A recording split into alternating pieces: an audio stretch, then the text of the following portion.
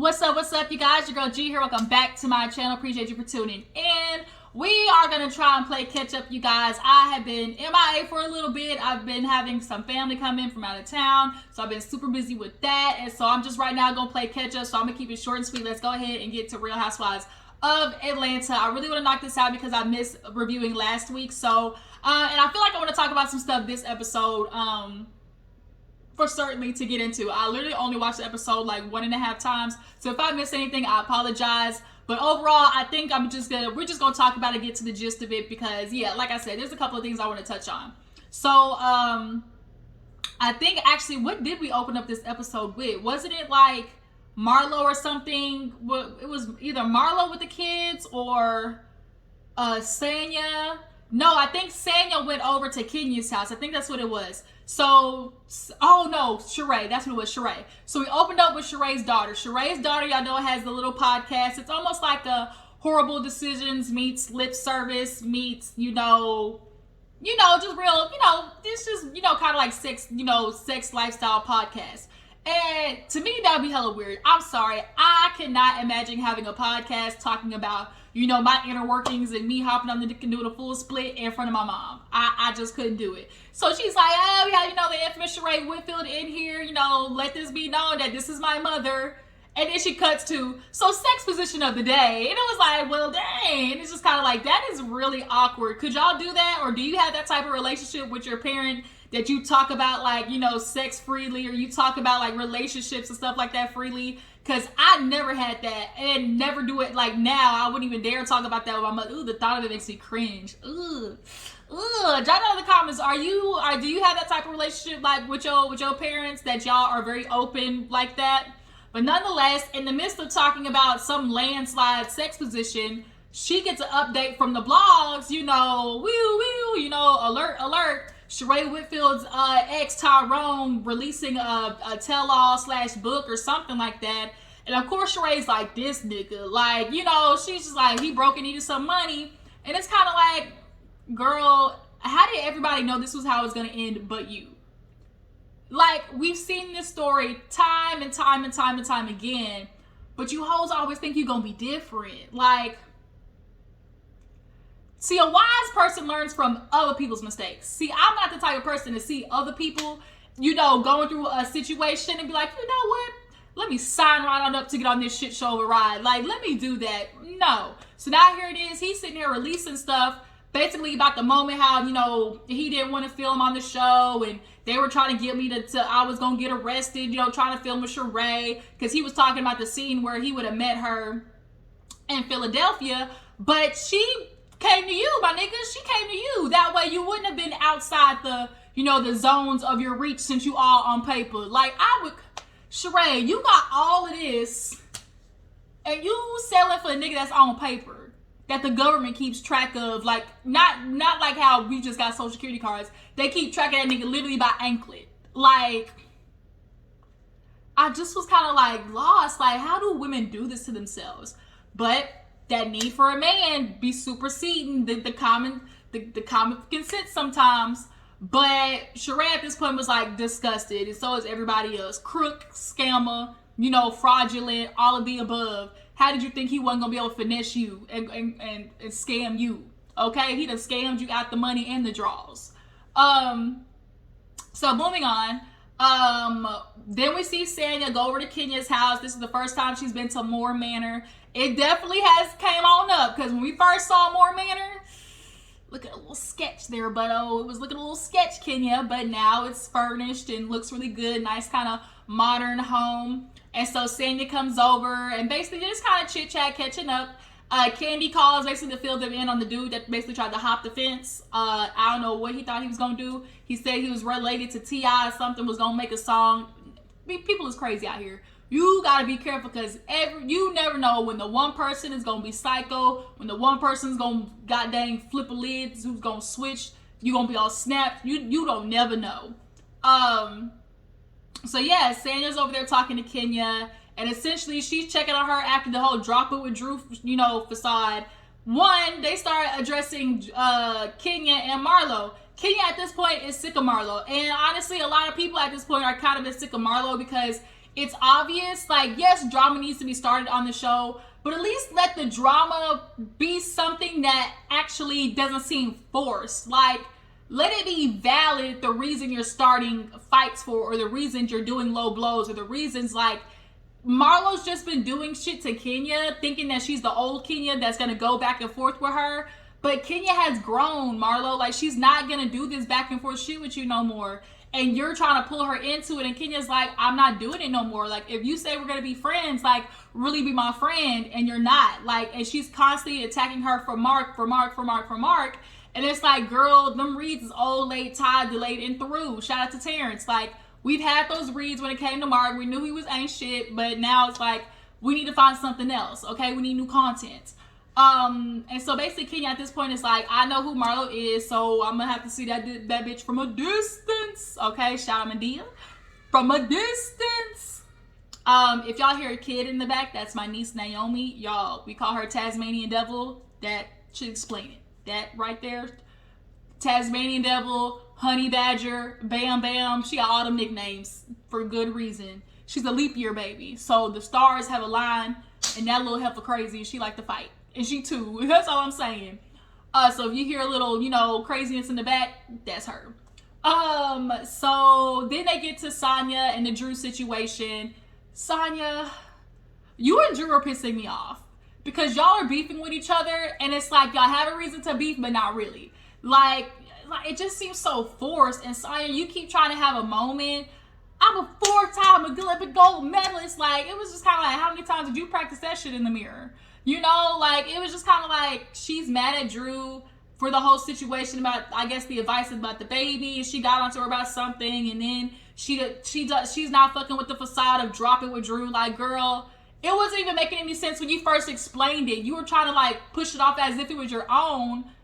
But, girl, you're just an ambassador. Like, just say that. Like, just say, hey, you know, I'm going to be the face of this new company. Like, what was so hard about saying that instead of making it seem like, oh, you created Drop It with Drew? But then when we talked to the lady at the gym, she said this is something she's had in place for, like, 5 years now. So, Drew just constantly seems like she's just reaching and just putting up this facade. And it's like, girl, smoke and mirrors. We see it. This is not the wonderful Wizard of Oz, okay? We see you. And so Sanya will confront Drew later on in the episode. But as of right now, Sanya is not feeling it for her. Oh, okay, you know, she faked it, But Sanya also at the same time, like, girl, you're doing a little bit too much, boo-boo. Moving on. So we see Marlo and her nephews. They've been acting out, point blank period. Ever since that call with their mama, she said they've been buck wilding, okay? Cutting the goddamn teddy bear's throat and stuff. And right there, when kids start doing little subtle, like crazy ass shit, little subtle psychotic shit, it's time to look like, hey, might need to go talk to somebody. And you keep asking, do you guys want a therapist? Don't ask them. Tell them, hey, you're going to go speak to somebody, okay? Point blank period. He's punching holes in the wall, slicing goddamn teddy bear, you know, Sugar Bear's goddamn neck. Okay, not the teddy. You slicing Teddy, what he do to you? Man. And slice little Teddy's throat. Damn. So, and so then come to find out he argued with the teacher. What's up? Did you eat? Mm-hmm. What'd you eat for lunch? I had noodles earlier, and I had the biscuits this morning. Say hi. Hi. You gotta wave so I can see you. Hi. That's my niece, Imani. Yeah, you can go ahead and have it. Okay. The duties of being auntie on duty, okay? Fly ass auntie coming through, okay? I can't make no video. They always just peeking through the door. Can I have this? I tell you, kids will eat you out of house and home. Will eat you out of motherfucking house and home. Ladies, stop trying to be, you know, superwoman. Start telling these niggas child support, okay? You gonna help me buy these groceries. You gonna help me keep this roof on the head. You gonna help put gas in this car, okay? Ladies, stop trying to do this shit on your own for, like, self-pride and preservation. No. These niggas need to be put on paper, okay? Not to say that's not what's happening right now. That's what I'm saying. Like, this is a situation where she's getting taken care of. So, ladies, y'all need to do the same thing. Have it get taken care of. But nonetheless, back to the show. That was a little sidebar. Yeah, Marlo, the nephew, he made me laugh because she's like, you're arguing with your teacher, telling her like, oh, you don't need to argue with me or something like that. He was like, no, that's not what I said. He said, I said, you don't get paid to argue with me. I said, and I mean, your slick ass now you done got detention. But I mean, is he lying though? So now Marlo's kind of feeling like overwhelmed. She's feeling like, did I, take on too much? Did I spoil them? She wants to do it the right way. And it's just kind of like, Marlo, these are two boys with a crackhead, mentally unstable mother. They're going to be affected. Okay? They're going to be affected. And finding a way to help facilitate that, like, you need to understand that it's going to take a lot of work on your end. And she kicked them niggas out, and it was just kind of like, oh my God, like, girl, you can't just dump these dudes like that, because now you're going to basically turn into their mama, where it's like, I have you when I have you, then I dump you when I don't want you type situation. You don't want to become that because you get so easily flustered or because you're aggravated that you took a lot of time. Like, Marlo made a huge shift from being by herself, sucking on every sachet in her black book, every Tom, Dick, and Harry in her black book. That's all she had to do with her life. Tom, Dick, and Harry. Okay? And get the bills paid and buy her Versace and her Gucci, okay? So it's just like, she went from that to not taking care of two boys. I'm sure that was a huge adjustment. But when you decide to take on that responsibility, when that's the next scene, she talked to Sheree, and she told Sheree that she kicked him out. Sheree's like, what? She was like, I get it. I'm a mom. Sometimes I don't really about my kids, but I just don't be, I can't just decide, hey, I want to pick up or, drop the responsibility when I want to. That's you can't do that, or at least if you want to be a good parent or adult figure, you don't do that. So it's just kind of like, damn, Marlo, like, I appreciate the advice that Sheree gave her, which is, this is not, she basically said she kicked him out and gave him to her sister, who already got 4 boys. That was another thing to me, though. She already got 4 kids. Marlo, I hope you paying her. She already got 4 boys, and you're going to throw 2 other boys on top of that? And is she taking care of those 4 boys by herself? Is she married? And does she have some, like...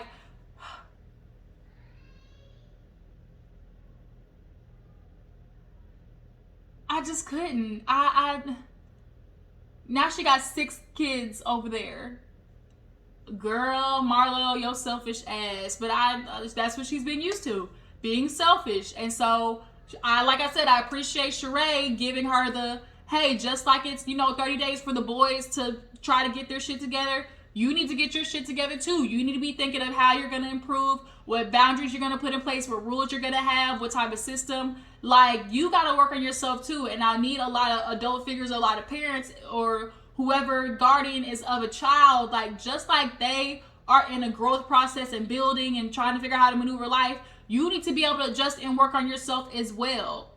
I tell you, being an aunt, like, it gives me a good perspective of, like, being on the outside and watching, parents with kids and seeing stuff from a different point of view, but also at the same time being an adult that's a part of the village and helping raise the kid. And, like, my niece and nephew teach me, like, something every day, or they teach me, like, ways to be a better person or a better adult, to kids. Like, not that I'm bad in the first place, shoot, I'm the cool auntie, okay, we cool. But, that's me, like, but not everybody has that. Not everybody has the parent, the auntie, or the grandma that, is willing to actually do the work or actually willing to listen to the kid, and take what they're saying as, constructive criticism. And so Marlo for sure ain't gonna be accepting of that. And she just was at first throwing money at the issue to help, numb the pain of what they were going to do with their mom. And if there's anything that we've ever learned, money don't fix your problems. Hey, knock, knock, knock, everybody, for the people with money, men who always want to say, oh, money, money, money, money. He got money, he can take care of his kids, he support the kids. Money don't solve your problems, okay? Don't make the issues go away. Point blank, period. So, yeah. How you guys feel about Marlo kicking the kids out, kicking the boys out? Do y'all feel like that was very, like selfish? Was it it was definitely like a self-preservation moment. You know, she talked about like, I'm a foster kid, you know, and I really want to dig deeper into Marlo's like growing up history, because you got like 9 different mugshots. So obviously, you know, it was survival of the fittest on the streets, but we need to get a little bit more play-by-play in that, I feel like. Moving on. So Drew, she goes out with her mama, you know, to get her toes done, you know, taking her mama out. She appreciates her for watching the kids being there at the house. And then she starts discussing the Ralph situation, where Ralph is writing a book about a step-parent, and then how the assistant, I guess, got him the book deal. That don't sound like an assistant. Since when did assistants start getting book deals? That's not where that's more like a manager, or like a PR, or like, you know, assistants aren't responsible for going out there and getting the book deal. So the math ain't mathin'. We know what Ralph, the math definitely ain't always mathin'. I know 2 + 2 = 4, nigga. Okay, I do know that. So why am I talking to you when I tell you 2 + 2 and you coming to me with it equals 5x? That shit don't make any sense, Ralph. 2 + 2, I know that bitch equals 4, and you trying to talk to me like that shit equals 5x. Get the fuck out of here. But nonetheless, you know, she talked about the assistant situation, where she's like, I had to fire that bitch, and he had to stop talking to her. But Ralph is still talking to her, that we learned. But then she was like, yeah, and then the whole step-parent situation, you know, with the book, I'm just kind of a little confused, because, you know, how are you trying to give people advice on how to be a step-parent, and you haven't necessarily mastered it yourself? And that's what narcissists do. That's what men like Ralph do. Y'all don't master nothing. Y'all don't really, like, become good at anything. Like, y'all want to always, like, delegate and give advice to other people. But, like, 1, are you taking your own advice? 2, are you really, like, secure and fixed and, you know, put together and established in whatever situation you're in, to be trying to delegate to other people, or like, you know, for wanting people to follow you? Like, you need to ask yourself that question. So yeah, so the mom ends up telling her about, I guess she was talking to a lady who was kind of like an intuitive. She's like a Jewish intuitive or something like that. And she played the message. She's like, you need to tell your daughter there's like a woman entity that's, you know, lurking and, you know, trying to take her down and wishing for her downfall. And if it's not a woman, it's a man with a female energy. And of course, people were thinking the assistant. Hell, Drew in her head was like, is it Sanya? Is it Kenya? Is it my assistant? You know, male energy with man with a feminine energy. It'd be easy to think the assistant, but as far as like taking her down, a lot of people were still thinking like Ralph, like he got bitch behavior. He's Mitch, straight up Mitch. Like, oh, you know, I just thought of how that rumor was, you know, Ralph might like a little bussy. Maybe that's what it is. Maybe that's the feminine energy that she was talking about, because Ralph may like a little bussy on the side. And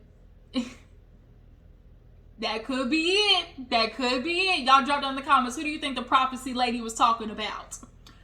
Moving on. So, Sheree in this fake ass crying scene. I'm sorry. I couldn't do it. I could not do it. Sheree has her friend Fatum come by. She's from Djibouti. Okay. And basically they've been friends for a little bit. And she's talking to her about the whole Tyrone situation.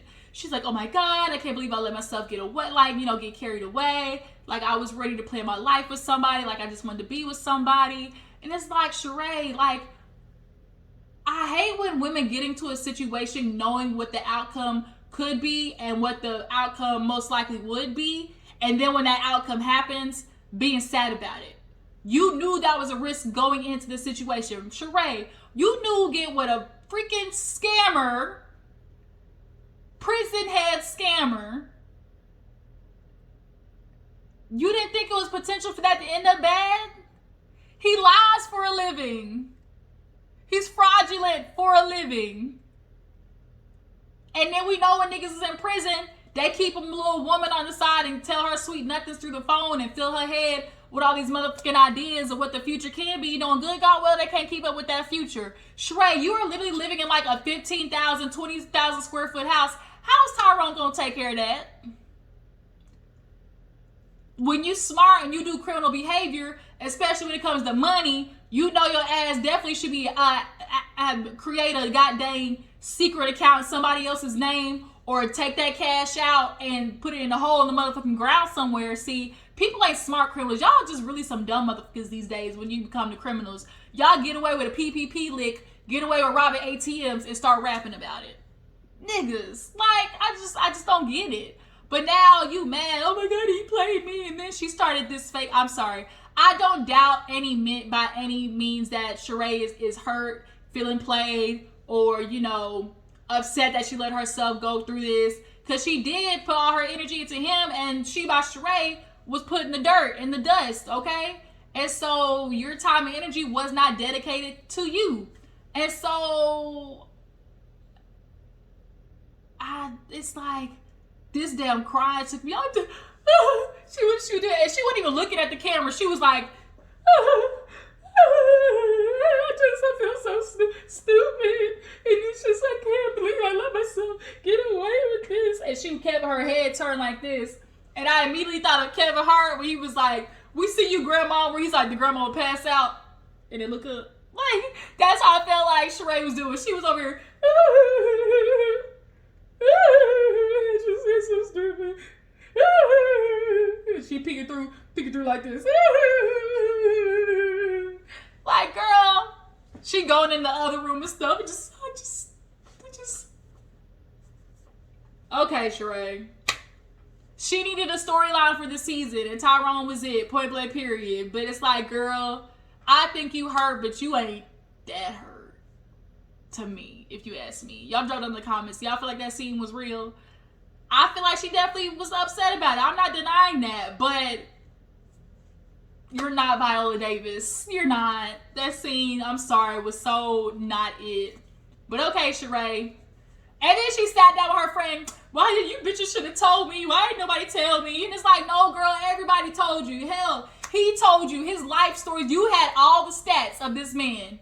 Criminal, scammer, cheater, philanderer, prison inmate. Bitch, the roster told you, the bullet points on this man told you. Talking about my friends should have told me. I'm sure they did, but you didn't listen. Let's cut the shit. You know a lot of people told you about that nigga, okay? But you thought because you was Sheree Whitfield that was going to change the situation. And if there's anything we learn about these niggas, they are fickle when it comes to women. Beyonce got cheated on. Think about that. Beyonce got cheated on. Think about that, Sheree. It don't mean nothing. So, moving on. So Sheree wants to host like a little party, basically like a get well or like a move on type party or whatever. So it's like a pajama theme. Everybody comes over. Was there a scene with Sanya?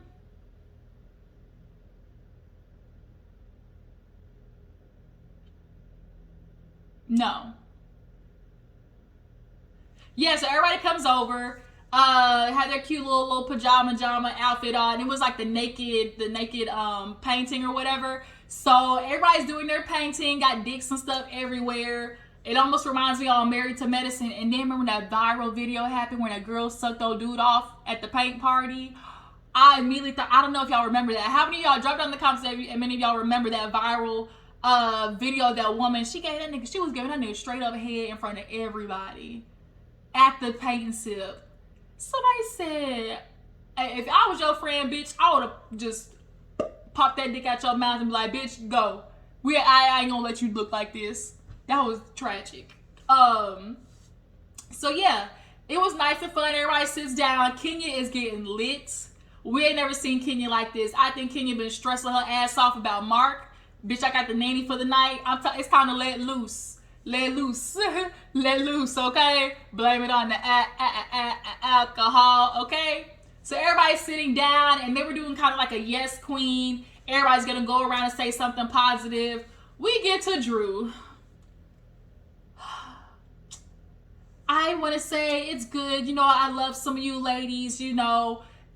Some of you more than others, you know, things have been going okay. And everybody's kind of like, she's like, can I get a yes, queen? And everybody was like, no, queen.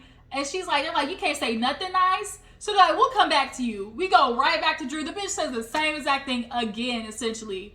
And so Kenya was like, girl, Like, first of all, Kenya's going back and forth, like, saying kind of slick shit, like, well, do you love everybody? And then Marlo, she talked about how she, appreciates all the women and everything like that. Oh, Sanya and Drew got into it over the damn painting because Sanya accidentally called Ralph Drew. And she's like, oh, Drew. She was like, girl, name Shmame. Like, name Shmame, Ralph Dalf, like, Drew Woo. Like, she like, you know what I'm talking about. So then these two bitches go back and forth again. And it's kind of like, y'all are, like, arguing over nonsense. Like, y'all keep trying to make every scene a moment. And it doesn't have to be. Like, y'all can't communicate, like, normally. So, because everybody's getting lit, we got Lisa Wu going back and forth with Fatum. I'm going to finish talking when I want to talk. Was it Fatum that was speaking at that time? I really like Lisa Wu. I really want her to come back to Real Housewives of Atlanta. I do. I really do. Lisa bad. Now, a couple of y'all's makeup was a little ugly, but I feel like Lisa would be a good addition. But yeah, Lisa was drunk, talking over everybody. Kenya, her ass drunk, and she calling out Marlo and Drew because, like, girl, y'all was so full of it. And so now Marlo told Candy about what was going on with the boys, and Candy was like, ooh, like, I get it, it's hard, but when you decide to take on the responsibility, bitch, you take on that responsibility. And Marlo, them 30 days that your boys are gone, the boys are gone, you need to really think about that.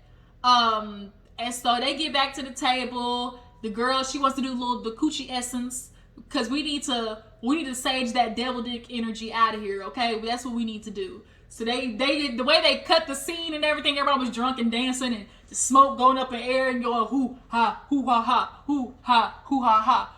Coochie be clean, devil dick be gone, And so at the end, everybody's kind of standing there. And Kenya drunk ass, her and Marlo are going back again. And Kenya's like, I am the moment. I am the moment. Here go Marlo. Mark didn't think you were. Everybody's like, Marlo. Like, and she always goes below the belt. Everybody's like, anytime you stay gonna go below the belt. Now, Marlo, bitch, if Kenya can go there too, and she's trying not to, but bitch, if you push the right button, it's gonna be over. It's gonna be over because you got too many skeletons in your closet.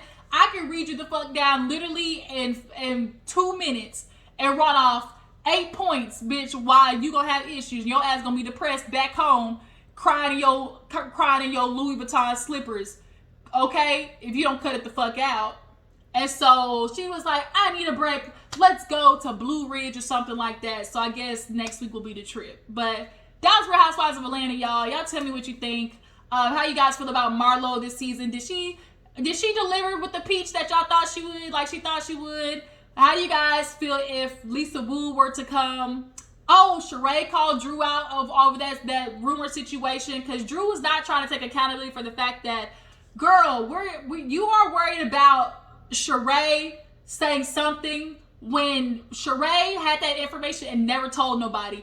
Drew, you told multiple people and you're mad at her like, well, you're not talking about the friend saying something because the friend was told from the assistant, not from Sheree. The assistant told you shit and you told everybody else. It's not the same, Drew. It is not the same.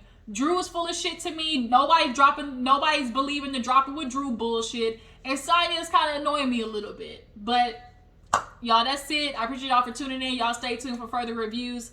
And we might possibly go live this week. So yeah, make sure to follow my Instagram and Twitter. I'll catch you guys later. Deuces.